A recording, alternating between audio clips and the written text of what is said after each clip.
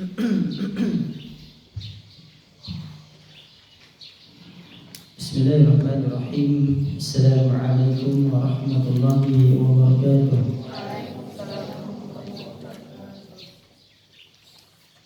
Alhamdulillah ala ihsanihi wa syukru lahu ala taufiqihi wa imtinanihi.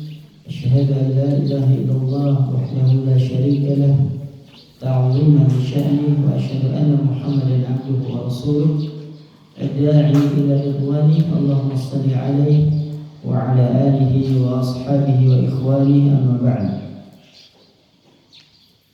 Ikhwani wa akhwati fillah rahimani wa rahimakumullah.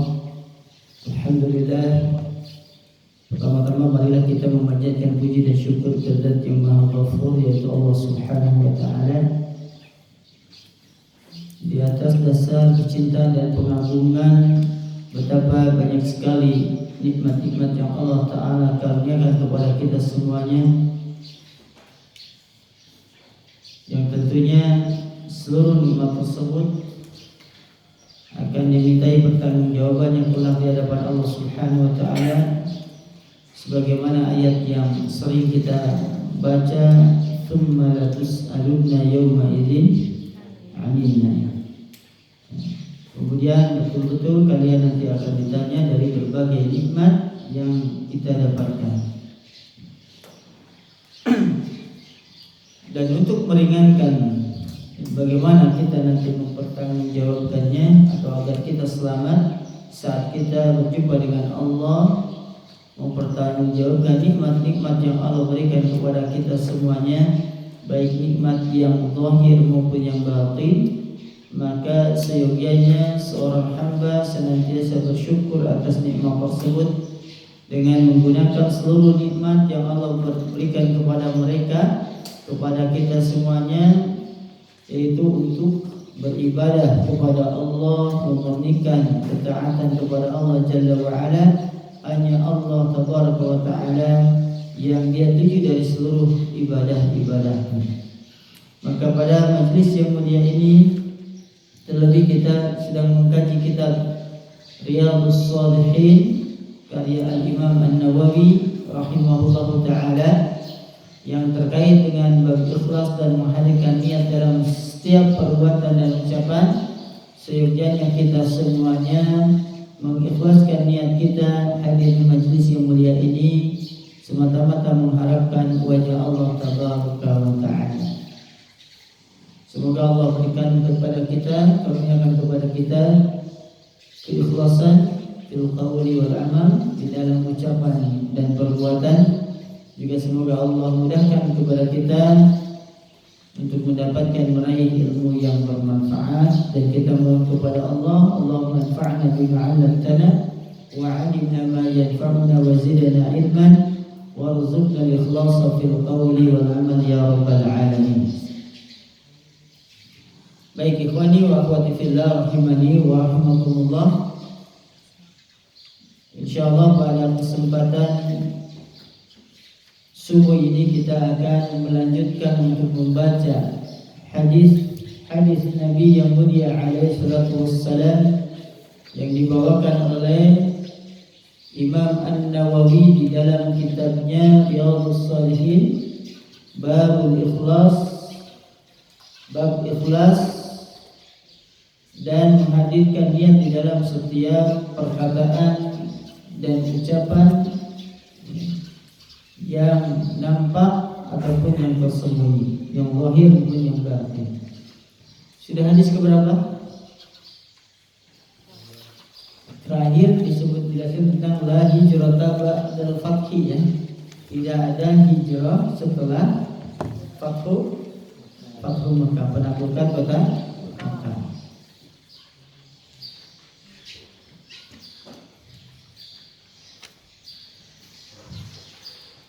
Kemudian hadis berikutnya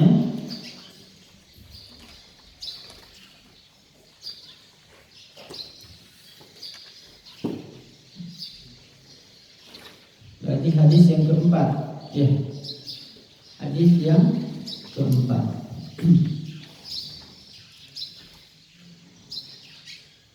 Wa an Abi Abdillah bin Jabir ibni Abdullah al-Ansari radhiyallahu anhuma.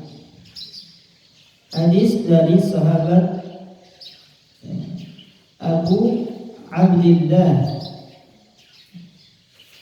Jabir ibni Abdullah al-Ansari radhiyallahu anhuma. Semoga Allah meridai keduanya.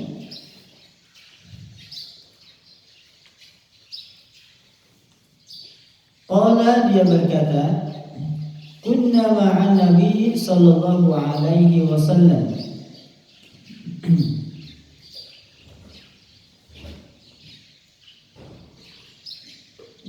Saat itu kami bersama Nabi sallallahu alaihi wasallam fi ghazatin, dalam sebuah peperangan. Disebutkan di sini yaitu perang apa? Perang Tabuk. Ya.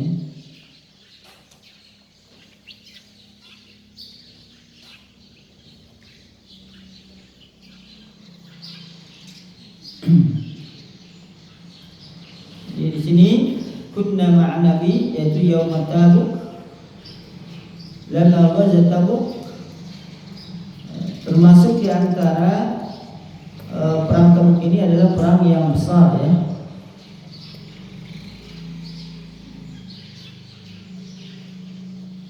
Yaitu berjihad melawan bangsa Rum.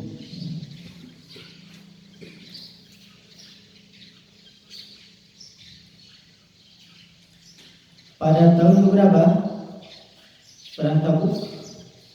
Pada tahun ke-7 Hijriah.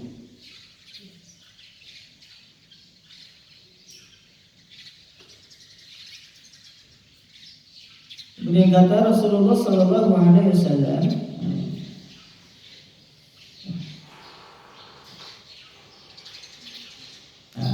faqala, dia berkata, siapa? Abu Abdullah bin Jabir ini, inna bil madinati la rijalan. Sesungguhnya, kata Abu Abdullah Jabir bin Abdullah al-Ansari radhiyallahu anhu ini, dia mengatakan bahwa sesungguhnya di Madinah terdapat orang-orang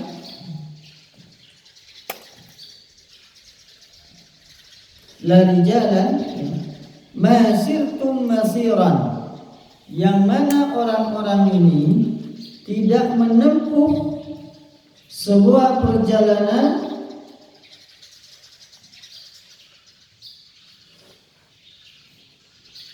wala qata'tum wadiyan, dan dia juga tidak melintasi sebuah lembah, illa kanu ma'akum, kecuali mereka itu bersama kalian. Artinya ini kan perang ke-7-nya, perang di tahun ke-7.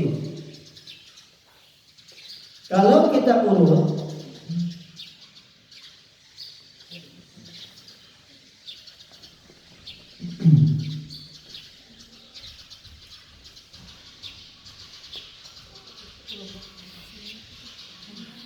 setelah Nabi Shallallahu Alaihi Wasallam hijrah ke Madinah, maka perang pertama yang terjadi setelah itu apa?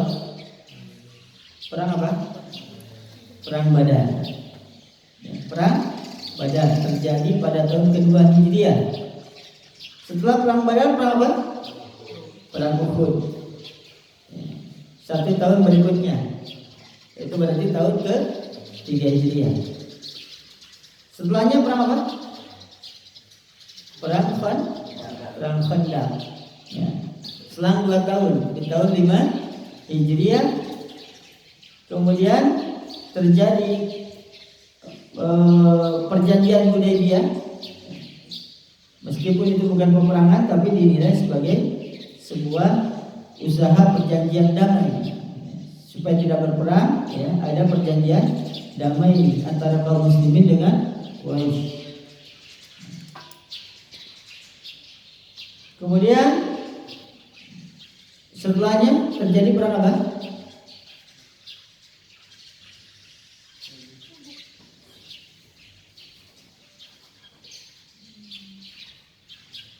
perang tadi bukan tahun ke-7 itu Sabar, kalau Kisah tahun ke-9. Berarti di tahun setelah terjadinya perjanjian Hudaybiyah itu terjadi perang Khaybar. Perang Khaybar.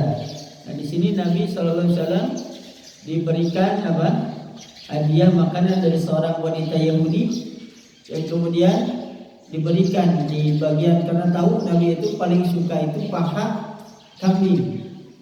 Ya, di bagian paha kambing ini diperbanyak racun. Jadi Nabi itu ya, manusia sebagaimana kita semuanya. Ya. Kemudian Nabi SAW makan ya, sebagian daripada daging tersebut. Tapi Nabi diberitahu bahwa itu ada terdapat racun, tapi sudah kadung ya, sebagiannya ada yang dimakan oleh Nabi SAW, dan ini pun yang sangat sakit sekali dirasakan oleh Nabi yang mulia SAW saat detik-detik menjelang beliau wafat. Kemudian setelah menaklukkan Khaybar di bawah panji siapa? Panglima perangnya yaitu Ali bin Abi Thalib. Ya, saat menyerang atau benteng Yahudi. Ya. Kemudian setelahnya tahun ke-8 terjadi Fathu Makkah, ya. Penaklukan kota Mekah. Kemudian setelah itu terjadi perang Hunain. Kemudian terjadi pengepungan Taif. Barulah setelah itu terjadi perang Tabuk, ekspedisi Tabuk. Jadi disebutkan bahwa di Madinah itu ada seorang, ya, ada kaum atau ada para sahabat yang mana mereka itu senantiasa mengikuti peperangan. Senantiasa mengikuti peperangan. Kalau kata ninja Hattori itu apa? Mendaki gunung, melewati lembah. Ini kayaknya generasi Hattori semuanya. Mendaki gunung, lewati lembah. Nah, itu masirtum masiran wa qata'tum wadiyan illa kanu ma'akum. Ya. Tidaklah orang-orang tersebut yang berada di Madinah itu kecuali mereka itu senantiasa bersama kalian ketika kalian tadi melintasi gunung, melewati lembah. Illa kanu ma'akum, kecuali mereka bersama kalian. Kemudian pada perang Tabuk ini ya, mereka tidak ikut serta. Berarti perang Tabuk tadi di tahun keberapa? 9.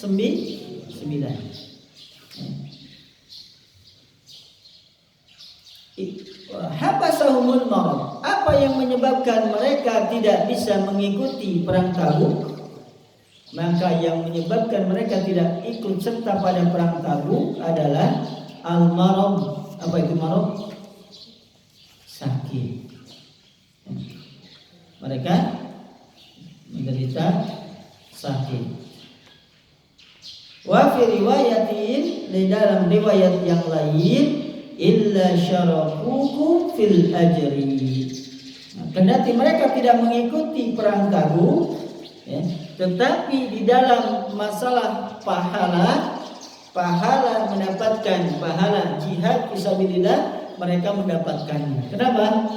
Karena mereka biasa mendaki gunung, melewati lembah bersama kaum muslimin yang lainnya saat peperangan berlangsung yang hampir tiap tahun terjadi. Mereka ikut, tapi suatu ketika mereka terhalangi untuk apa? Untuk melakukan atau ikut serta di dalam peperangan, dan yang menjadi sebab utamanya apa? Sakit. Maka mereka tetap mendapatkan pahala jihad walaupun mereka tidak terjun ke medan perang.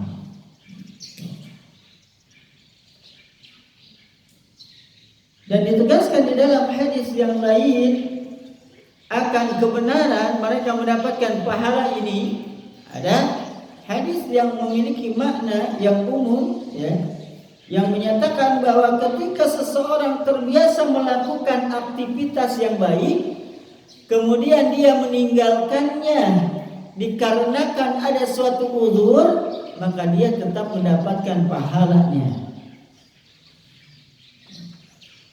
Jadi kalau misalnya ikhwan dan akhwat di sini biasa tahajud, kemudian ketika ya setelah berminggu-minggu, berbulan-bulan tahajud, ya, datang suatu masa di mana misalnya ngantuk mengalahkan dia karena kecapean, tapi dia senantiasa tahajud dan berniat malam itu untuk tahajud. Ternyata bangun-bangun subuh.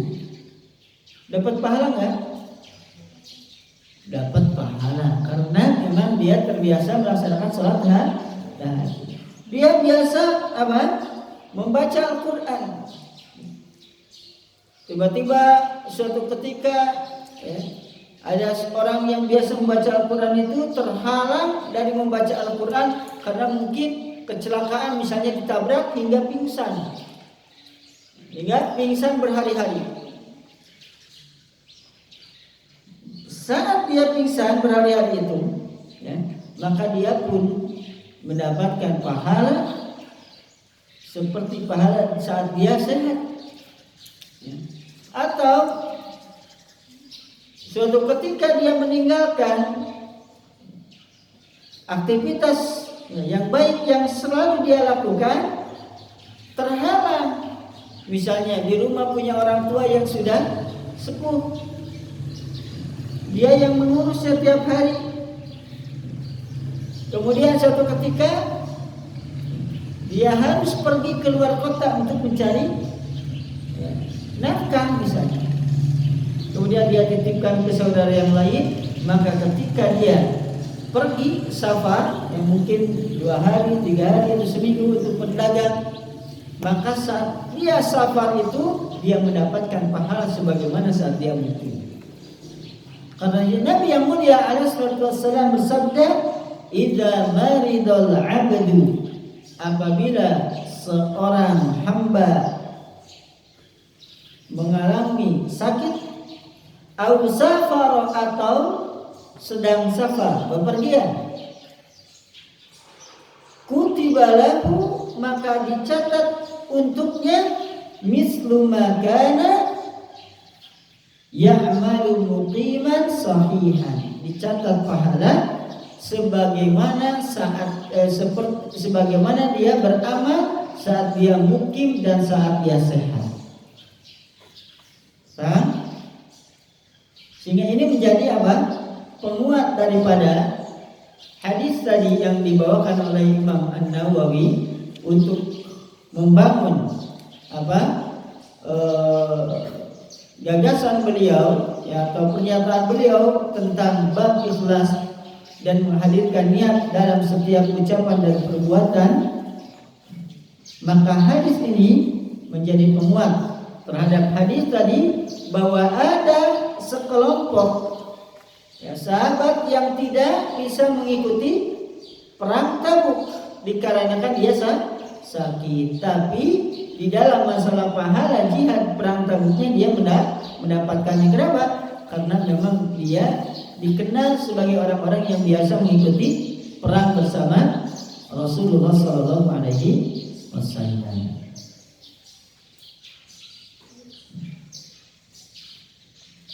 Jadi kebiasaannya saat dia hadir, misalnya biasa melaksanakan saum ya, Yaumul Khamis, Yaumul Isnain, pada hari Kamis, pada hari Senin.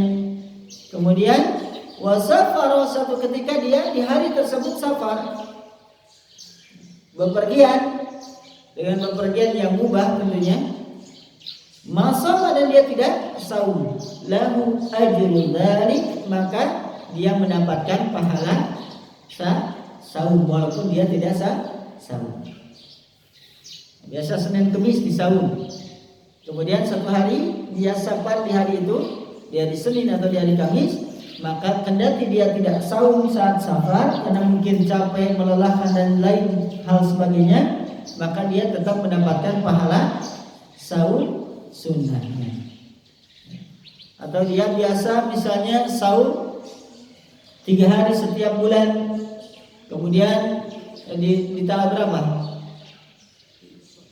13, 14, 15. Yang kemudian dia safar ya, atau dia sakit ya, asabahu marad, mana'u min dzalik, yang menghalangi dia untuk melaksanakan saum tersebut, tetap lahu ajru dzalik, dia tetap mendapatkan pahalanya.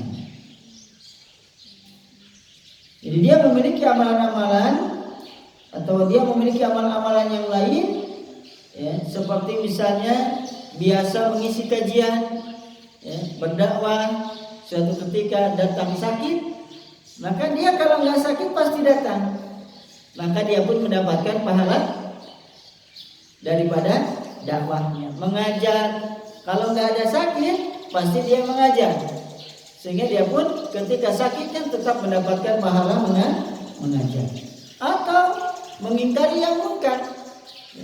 Biasa kalau ada kemungkaran dia selisihi, dia ingkari, memberikan nasihat, kemudian terhalang dengan beberapa sebab syar'i, maka dia akan tetap mendapatkan pahala tersebut. Untuk hadis ini jelas? Kemudian hadis yang ke-5.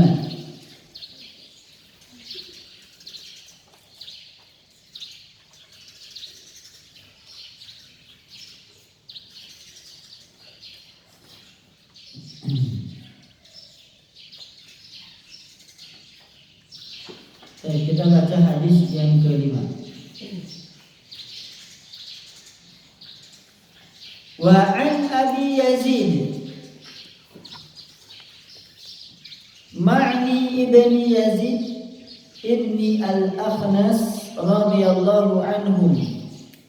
Hadis yang akan dibacakan dari hadis yang kelima adalah dari Abu Yazid, namanya Ma'an bin Yazid bin al-Akhnas radhiyallahu anhu.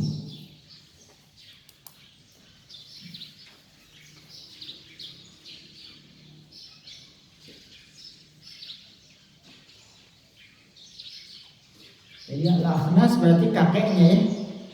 Ya, Abu Yazid ini siapa namanya? Ma'an. Berarti bapaknya siapa? Yazid. Dan Abu Yazid. An Yazid bin Al-Akhnas, ibni Al-Akhnas berarti kakeknya. Termasuk dari sahabat Nabi yang mulia alaihi salatu wassalam.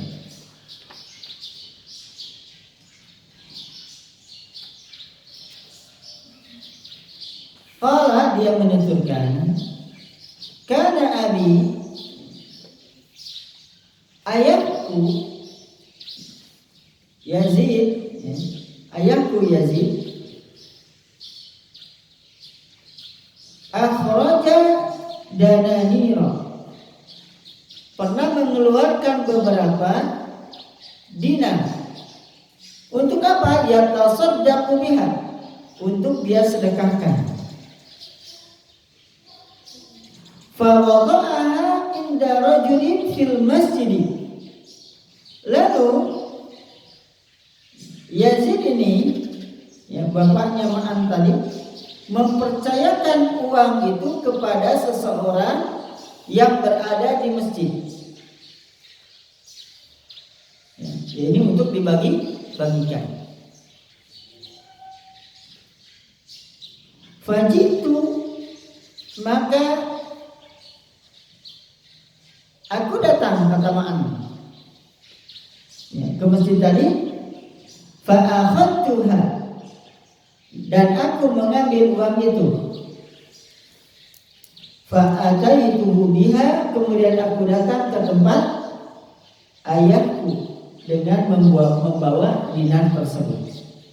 Kebayangkan kisahnya? Jadi Yazid ya, datang ke mana? Ke masjid, bawa uang dinar ya, karena mata uang dulu itu dinar atau dirham ya, dinar itu emas. Kalau dirham perak. Ya. Ini bawa uang dinar. Nah, diberikanlah oleh Yazid ini kepada salah seorang yang ada di masjid untuk dibagi-bagikan. Kemudian anaknya siapa? Ma'an tadi.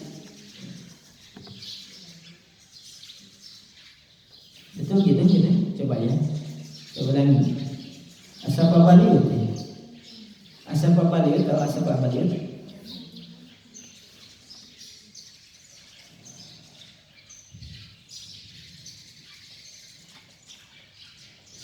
Abu Yazid namanya itu Ma'an. Berarti Ma'an ini punya anak namanya siapa? Yazid ya. Bin Yazid. Dan ternyata Ma'an ini punya bapak yang namanya Yazid. Jadi ada berapa Yazid? 2 Yazid. Saya juga punya Yazid satu di rumah. Ibni Al-Akhnas. Nah, sekarang jelas ya. Jadi Yazid yang dimaksud adalah siapa? Ayahnya yang bawa uang tadi. Kemudian yang datang ke masjid mengambil uang itu Abu Yazid, anaknya ya Yazid. Jadi Pak Yazid ngerti? Nah, biar pusing dulu. Kemudian setelah mengambil uang dinar itu, fa'ataituhu biha, aku mendatangi ayahku dan membawa dinar tersebut. Setelah ayahnya melihat, faqala wallahi ma iyyaka aradtu. Setelah melihatnya, ayahku pun berseru, demi Allah, bukan kamu yang aku tuju untuk menerima sedekah ini. Jadi ayahnya datang ke masjid bagiin uang dinar ya melalui seseorang, ingin agar diberikan kepada orang lain, tapi ternyata yang ambil siapa? Anaknya sendiri. Dan kata ayahnya, kata Yazid, ya ini bukan untukmu, bukan maksudku untuk apa? Bukan kamu yang aku tuju dari menerima sedekah ini. Fakhasamtuhu ila Rasulillah sallallahu alaihi wasallam. Kemudian selanjutnya aku menyampaikan kejadian tadi kepada Rasulullah sallallahu alaihi wasallam. Faqala lahu Nabi sallallahu alaihi wasallam bersabda, laka ma nawaita ya Yazid wa laka ma akhadta ya Ma'an. Kemudian Nabi sallallahu alaihi wasallam mengatakan apa? Bagimu apa yang telah kamu niatkan, wahai Yazid, dan bagimu apa yang telah kamu ambil, wahai Ma'an. Jadi dua-duanya tetap, yang satu dapat pahala dari niat bersedekahnya, yang satu dapat dibolehkan untuk mengambil ya sedekahnya, sekalipun tadi yang ngambilnya siapa? Anaknya sendiri. Kalau ini sih kurang ekstrim. Ada yang lebih ekstrim. Yang lebih ekstrim itu ada yang mengatakan, ada di sebuah hadis di riwayat yang lain, wa inni la atasaddaqu bi shadaqatin. Sungguh aku ingin bersedekah dengan satu sedekah. Kemudian ketika dia bersedekah salah. Ya, dia bersedekah kepada seorang pencuri. Ini ada kisahnya. Orang dikasih tahu, itu kamu tadi ngasih sedekahnya kok kesimpulan, kenapa? Dia seorang pencuri. Oh gitu. Akhirnya apa? Dia mencoba untuk bersedekah lagi. Kalau gitu saya mau sedekah lagi. Ternyata untuk yang kedua kalinya dia sedekah pun salah. Ternyata dia sedekah kepada seorang wanita murahan, walaupun bisa dibayar gitu ya. Wanita murahan, tahu? Ya, dalam tanda kutip. Ya.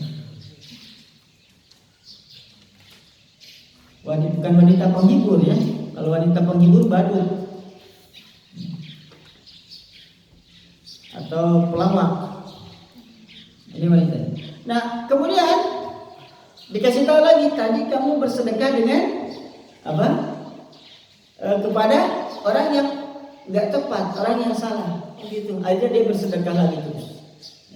Tetapi kalau ditanya apakah sedekah dia ke pencuri tadi sebagai sedekah yang ditolak oleh Allah, atau kepada tadi seorang perempuan penjual diri, apakah juga tidak diterima oleh Allah? Diterima sedekahnya, walaupun tidak tepat sasaran. Dengan niat yang baik, dia ingin memberikan sedekah, maka diterima. Dan boleh jadi, ya, kesalahan tadi dia salah untuk apa? Memberikan sedekahnya kepada pencuri. Boleh jadi pencuri tadi yang niatnya mencuri, pada hari itu tidak jadi mencuri. Kenapa? Boleh jadi dia mencuri karena memang lapar, tidak memiliki harta, tidak sulit dia mencari pekerjaan, ya, atau ya, masih dikalahkan oleh hawa nafsunya, ingin mencari uang dengan cara yang gampang, akhirnya dengan mengambil barang orang. Tapi hari itu boleh jadi dia berhenti karena sedekah yang ikhlas diberikan oleh seseorang. Atau seorang wanita tadi yang ingin menjual dirinya, ternyata pada hari itu karena ada yang bersedekah, kemudian dia saat itu tidak pergi untuk melakukan dosa. Maka ikhwan wa akhwat rahimanallah wa iyyakum jami'an, di dalam hadis ini, hadis yang kelima yang dibawakan oleh Imam An-Nawawi, ya, riwayatnya Imam yang meriwayatkan hadis ini adalah Imam Al-Bukhari, mengisyaratkan bahwa bolehnya berbicara tentang berbagai karunia Allah Subhanahu wa ta'ala, tentang nikmat-nikmatnya. Yang kedua, hadis ini juga menunjukkan bolehnya seseorang mewakilkan, ya, membagikan sedekahnya kepada orang lain. Boleh, ya. Misalnya ada seseorang nggak bisa hadir kajian, temannya hadir kajian, ya. Kata yang nggak bisa hadir, karena saya nggak bisa hadir, tolong titip ini nanti masukin ke canceling misalnya, untuk infak. Boleh, boleh. Dasarnya adalah hadis, ya. Terutama sedekah yang sifatnya tatawu, ya, yang bersifat sukarela.